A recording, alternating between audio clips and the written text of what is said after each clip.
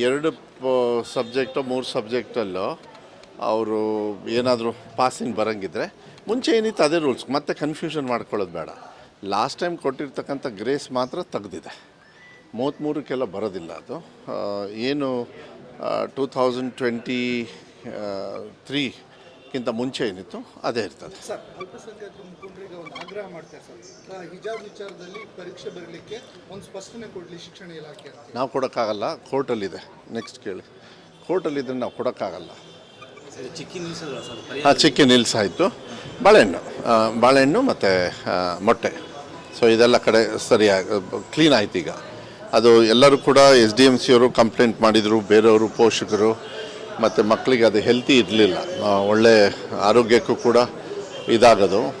So ನಾವೇ ಅದನ್ನ decide ಮಾಡಿದ್ವಿ. ಆಮೇಲೆ ಸ್ವಲ್ಪ ಅಲ್ಲೆಲ್ಲ ಮ್ಯಾನುಫ್ಯಾಕ್ಚರಿಂಗ್ ಲೋಕಲಲ್ಲಿ ಮಾಡಿಬಿಡೋರು, ಸೊ 35 ಗ್ರಾಮ್ಸ್ ಅಂತ ಕೊಡ್ತಾ ಇರಲಿಲ್ಲ. ಇದೆಲ್ಲದು ತೊಂದರೆ ಆಗಿರೋದ್ರಿಂದ ನಿಲ್ಲಿಸಾಯ್ತು. ಅದನ್ನ ಮಾನ್ಯ ಮುಖ್ಯಮಂತ್ರಿಗಳಿಗೆ ಹೇಳಿ ಮುಖ್ಯಮಂತ್ರಿಗಳು ಹೇಳಿದರು, ಇಲ್ಲ ನಿಲ್ಲಿಸ್ಬಿಡಿ, ಒಳ್ಳೇದಲ್ಲ ಅಂತ.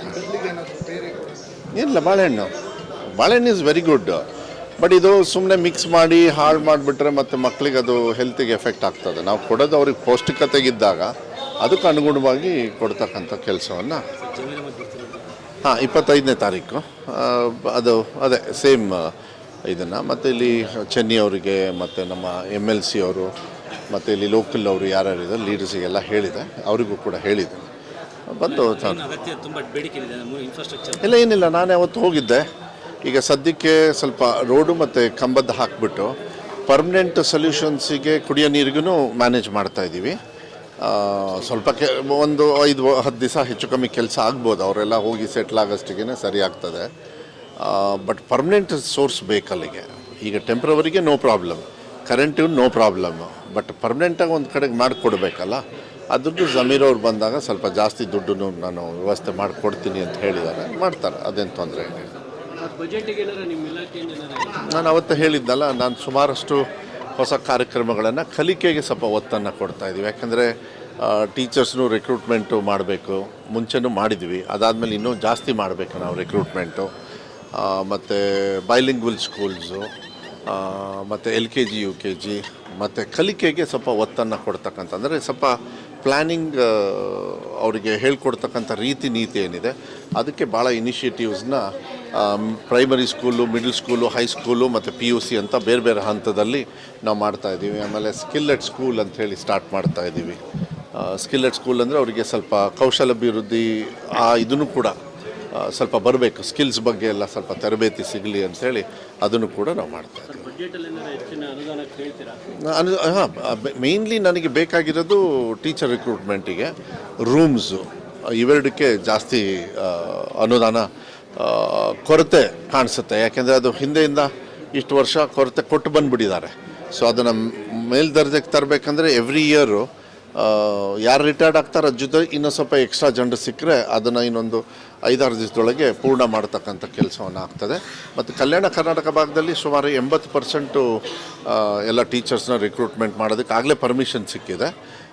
ಪ್ಲಸ್ ಕಲ್ಯಾಣ ಕರ್ನಾಟಕ ಭಾಗದಲ್ಲಿ ಭಾಳ ಸಂತೋಷ ಏನು ಅಂತಂದರೆ ಅಲ್ಲಿ KKRDBಯಲ್ಲಿ ಬರ್ತಕ್ಕಂಥ 25% ಬರೀ ನನ್ನ ಇಲಾಖೆಗೆ ಕೊಟ್ಟುಬಿಡ್ತಾರೆ. ಸೊ ಅಲ್ಲಿ ತುಂಬ ಹಿಂದೆ ಉಳಿದಿದೆ, ಕಲಿಕೆಯಲ್ಲಿ ಉಳಿದಿದೆ ಅಂತಕ್ಕಂಥದ್ದು ಭಾವನೆ ಏನಿತ್ತು. ಈಗ 2 ವರ್ಷದಿಂದ ನಮ್ಮ ಸರ್ಕಾರ ಬಂದ ಮೇಲೆ ಕೋಟ್ಯಾಂತರ ರೂಪಾಯಿ, ಆಲ್ಮೋಸ್ಟ್ ಅಬೌಟ್ 1000 crores ಮೇಲೆ ಬಂದಿದೆ, 1500 crores ಬಂದಿದೆ ಬರೀ ಶಿಕ್ಷಣ ಇಲಾಖೆಗೆ.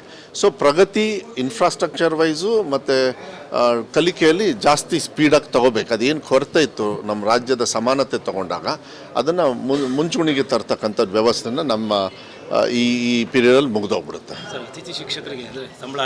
ಅತಿಥಿ ಶಿಕ್ಷಕರ ಸಂಬಳ ಜಾಸ್ತಿ ಮತ್ತು ಊಟ ಅಡುಗೆ ಮಾಡಿದವ್ರದ್ದು ಸಂಬಳ ಜಾಸ್ತಿ ಅದನ್ನು ಮಾಡ್ತೀನಿ ಅಂತ ಮಾನ್ಯ ಮುಖ್ಯಮಂತ್ರಿಗಳು ಕೂಡ ಹೇಳಿದ್ದಾರೆ. ನಾವು ಬಜೆಟಲ್ಲೂ ಕೂಡ ಕೇಳ್ಕೊಂಡಿದ್ದೀವಿ. ಇಲ್ಲ ಅದನ್ನು ಅಗತ್ಯ ಇರ್ತಕ್ಕಂಥ ಸಮ್ ಟೆಕ್ನಿಕಲ್ ಇದ್ರೊಳಗೆ ಯಾವುದೂ ಹೋಲ್ಡ್ ಮಾಡ್ತಕ್ಕಂಥ ಪ್ರಶ್ನೆನೇ ಇಲ್ಲ. ಕೊಡೋದೇ ನಾವು ಕಮ್ಮಿ ಕೊಡ್ತೀವಿ, ಅದನ್ನು ಹಿಡಿದು ಬಿಟ್ರೆ ಹೇಗೆ, ಅದನ್ನು ಕ್ಲಿಯರ್ ಆಗಿದೆ. ಟೆಕ್ನಿಕಲ್ ಸಮ್ ಪ್ರಾಬ್ಲಮ್ ಇತ್ತು, ಅದನ್ನೆಲ್ಲ ಮೊನ್ನೆ ಸಾಯಂಕಾಲ ಕ್ಯಾಬಿನೆಟ್ ಆದಮೇಲೆ ಇನ್ಯಾವುದಿದೆ ಎಲ್ಲ ಪೆಂಡಿಂಗ್ ಕೊಡಬೇಕಂತ. ಅದು ಬಿಟ್ಟರೆ ಯಾವುದು ಹಿಡ್ತಕ್ಕಂಥ ಪ್ರಶ್ನೆನೇ ಇಲ್ಲ. ಏನೇನು ಬಾಕಿ ಇದೆ ಎಲ್ಲದೂ ಕೂಡ ಕೊಡ್ತೀವಿ. ಅದು ಎಲ್ಲ ಗ್ಯಾರಂಟಿಗಳಲ್ಲಿ ಬಾಕಿ ಇದ್ರೂ ಕೊಡ್ತೀವಿ, ಇದನ್ನು ಕೊಡ್ತೀವಿ. ಆಗುತ್ತೆ ಯಾವ್ದಾದ್ರು ಬಾಕಿ ಇದೆ. ಕೆಲವು ಕಡೆಗೆ ಕೊಟ್ಟಿದ್ದಾರೆ, ಕೆಲವು ಕಡೆಗೆ ಸಮ್ ಪ್ರಾಬ್ಲಮ್ಸ್ ಆಗಿದೆ. ಕೆಲವು ಬೇಡಿಕೆಗಳನ್ನು ಕೇಳ್ಕೊಂಡಿದ್ದೀನಿ. ನೋಡೋಣ, ಮಾನ್ಯ ಮುಖ್ಯಮಂತ್ರಿಗಳು ಇನ್ನೂ ಒಂದು ರೌಂಡು ಮೀಟಿಂಗ್ ಕರೆದು ಫೈನಲ್ ಮಾಡ್ತಾರೆ. ಅದು ಅವರು ಇದಕ್ಕೆ ಬಿಟ್ಟಿರೋದನ್ನು 7ನೇ ತಾರೀಕು ಏನು ಡಿಸಿಷನ್ ತೊಗೊಳ್ತಾರೆ. ಕೆಲವು ರಿಕ್ವೆಸ್ಟ್ನ ನಾವು ಕೇಳಿದ್ದೀವಿ. ನಾನು ಹೇಳ್ತೀನಿ ಅದನ್ನು ಮುಂದೆ ಹೇಳ್ತೀನಿ. Okay, right, thank you. 2 subject 3 ಸಬ್ಜೆಕ್ಟಲ್ಲೂ ಅವರು ಏನಾದರೂ ಪಾಸಿಂಗ್ ಬರೋಂಗಿದ್ರೆ ಮುಂಚೆ ಏನಿತ್ತು ಅದೇ ರೂಲ್ಸ್, ಮತ್ತೆ ಕನ್ಫ್ಯೂಷನ್ ಮಾಡ್ಕೊಳ್ಳೋದು ಬೇಡ. ಲಾಸ್ಟ್ ಟೈಮ್ ಕೊಟ್ಟಿರ್ತಕ್ಕಂಥ ಗ್ರೇಸ್ ಮಾತ್ರ ತೆಗ್ದಿದೆ. 33ಕ್ಕೆಲ್ಲ ಬರೋದಿಲ್ಲ. ಅದು ಏನು 2023ಗಿಂತ ಮುಂಚೆ ಏನಿತ್ತು ಅದೇ ಇರ್ತದೆ. ಸರ್, ಅಲ್ಪಸಂಖ್ಯಾತರ ಮುಖಂಡರಿಗೆ ಒಂದು ಆಗ್ರಹ ಮಾಡ್ತಾರೆ ಸರ್, ಹಿಜಾಬ್ ವಿಚಾರದಲ್ಲಿ ಪರೀಕ್ಷೆ ಬರಲಿಕ್ಕೆ ಒಂದು ಸ್ಪಷ್ಟನೆ ಕೊಡಲಿ ಶಿಕ್ಷಣ ಇಲಾಖೆ ಅಂತ. ನಾವು ಕೊಡೋಕ್ಕಾಗಲ್ಲ, ಕೋರ್ಟಲ್ಲಿದೆ. ನೆಕ್ಸ್ಟ್ ಕೇಳಿ, ಕೋರ್ಟಲ್ಲಿದ್ದರೆ ನಾವು ಕೊಡೋಕ್ಕಾಗಲ್ಲ. ಹಾಂ, ಚಿಕ್ಕಿ ನಿಲ್ಲಿಸಾಯಿತು. ಬಾಳೆಹಣ್ಣು ಮತ್ತು ಮೊಟ್ಟೆ, ಸೊ ಇದೆಲ್ಲ ಕಡೆ ಸರಿಯಾಗಿ ಕ್ಲೀನ್ ಆಯ್ತು. ಈಗ ಅದು ಎಲ್ಲರೂ ಕೂಡ SDMC ಅವರು ಕಂಪ್ಲೇಂಟ್ ಮಾಡಿದರು, ಬೇರೆಯವರು, ಪೋಷಕರು, ಮತ್ತು ಮಕ್ಕಳಿಗೆ ಅದು ಹೆಲ್ತಿ ಇರಲಿಲ್ಲ, ಒಳ್ಳೆ ಆರೋಗ್ಯಕ್ಕೂ ಕೂಡ ಇದಾಗೋದು. ಸೊ ನಾವೇ ಅದನ್ನ ಡಿಸೈಡ್ ಮಾಡಿದ್ವಿ. ಆಮೇಲೆ ಸ್ವಲ್ಪ ಅಲ್ಲೆಲ್ಲ ಮ್ಯಾನುಫ್ಯಾಕ್ಚರಿಂಗ್ ಲೋಕಲಲ್ಲಿ ಮಾಡಿಬಿಡೋರು. ಸೊ 35 ಗ್ರಾಮ್ಸ್ ಅಂತ ಕೊಡ್ತಾ ಇರಲಿಲ್ಲ. ಇದೆಲ್ಲದು ತೊಂದರೆ ಆಗಿರೋದ್ರಿಂದ ನಿಲ್ಲಿಸಾಯ್ತು. ಅದನ್ನ ಮಾನ್ಯ ಮುಖ್ಯಮಂತ್ರಿಗಳಿಗೆ ಹೇಳಿ ಮುಖ್ಯಮಂತ್ರಿಗಳು ಹೇಳಿದರು, ಇಲ್ಲ ನಿಲ್ಲಿಸ್ಬಿಡಿ, ಒಳ್ಳೇದಲ್ಲ ಅಂತ. ಇಲ್ಲ, ಬಾಳೆಹಣ್ಣು ಈಸ್ ವೆರಿ ಗುಡ್. ಬಟ್ ಇದು ಸುಮ್ಮನೆ ಮಿಕ್ಸ್ ಮಾಡಿ ಹಾಳು ಮಾಡಿಬಿಟ್ರೆ ಮತ್ತು ಮಕ್ಕಳಿಗೆ ಅದು ಹೆಲ್ತಿಗೆ ಎಫೆಕ್ಟ್ ಆಗ್ತದೆ. ನಾವು ಕೊಡೋದು ಅವ್ರಿಗೆ ಪೌಷ್ಟಿಕತೆಗಿದ್ದಾಗ ಅದಕ್ಕೆ ಅನುಗುಣವಾಗಿ ಕೊಡ್ತಕ್ಕಂಥ ಕೆಲಸವನ್ನು 25ನೇ ತಾರೀಕು ಅದೇ ಸೇಮ್ ಇದನ್ನು. ಮತ್ತು ಇಲ್ಲಿ ಚೆನ್ನಿ ಅವರಿಗೆ ಮತ್ತು ನಮ್ಮ MLC ಅವರು ಮತ್ತು ಇಲ್ಲಿ ಲೋಕಲ್ ಅವರು ಯಾರ್ಯಾರಿದೆ ಲೀಡರ್ಸಿಗೆಲ್ಲ ಹೇಳಿದೆ, ಅವರಿಗೂ ಕೂಡ ಹೇಳಿದೆ. ಬಂದು ಏನಿಲ್ಲ, ನಾನೇ ಅವತ್ತು ಹೋಗಿದ್ದೆ. ಈಗ ಸದ್ಯಕ್ಕೆ ಸ್ವಲ್ಪ ರೋಡು ಮತ್ತು ಕಂಬದ್ದು ಹಾಕಿಬಿಟ್ಟು ಪರ್ಮನೆಂಟ್ ಸೊಲ್ಯೂಷನ್ಸಿಗೆ ಕುಡಿಯೋ ನೀರಿಗೂ ಮ್ಯಾನೇಜ್ ಮಾಡ್ತಾಯಿದ್ದೀವಿ.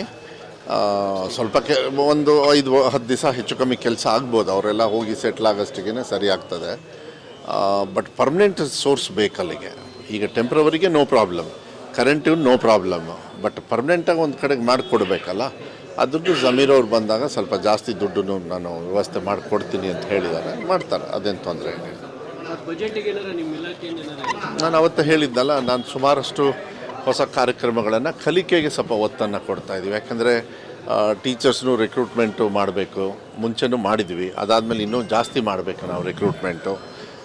ಮತ್ತು ಬೈಲಿಂಗ್ವಲ್ ಸ್ಕೂಲ್ಸು, ಮತ್ತು LKG UKG, ಮತ್ತು ಕಲಿಕೆಗೆ ಸ್ವಲ್ಪ ಒತ್ತನ್ನು ಕೊಡ್ತಕ್ಕಂಥ, ಅಂದರೆ ಸ್ವಲ್ಪ ಪ್ಲ್ಯಾನಿಂಗ್ ಅವರಿಗೆ ಹೇಳ್ಕೊಡ್ತಕ್ಕಂಥ ನೀತಿ ಏನಿದೆ ಅದಕ್ಕೆ ಭಾಳ ಇನಿಷಿಯೇಟಿವ್ಸ್ನ primary school, middle school, high school ಮತ್ತು PUC ಅಂತ ಬೇರೆ ಬೇರೆ ಹಂತದಲ್ಲಿ ನಾವು ಮಾಡ್ತಾಯಿದ್ದೀವಿ. ಆಮೇಲೆ ಸ್ಕಿಲ್ ಎಟ್ ಸ್ಕೂಲ್ ಅಂಥೇಳಿ ಸ್ಟಾರ್ಟ್ ಮಾಡ್ತಾಯಿದ್ದೀವಿ. ಸ್ಕಿಲ್ ಎಟ್ ಸ್ಕೂಲ್ ಅಂದರೆ ಅವರಿಗೆ ಸ್ವಲ್ಪ ಕೌಶಲ್ಯಾಭಿವೃದ್ಧಿ ಇದನ್ನು ಕೂಡ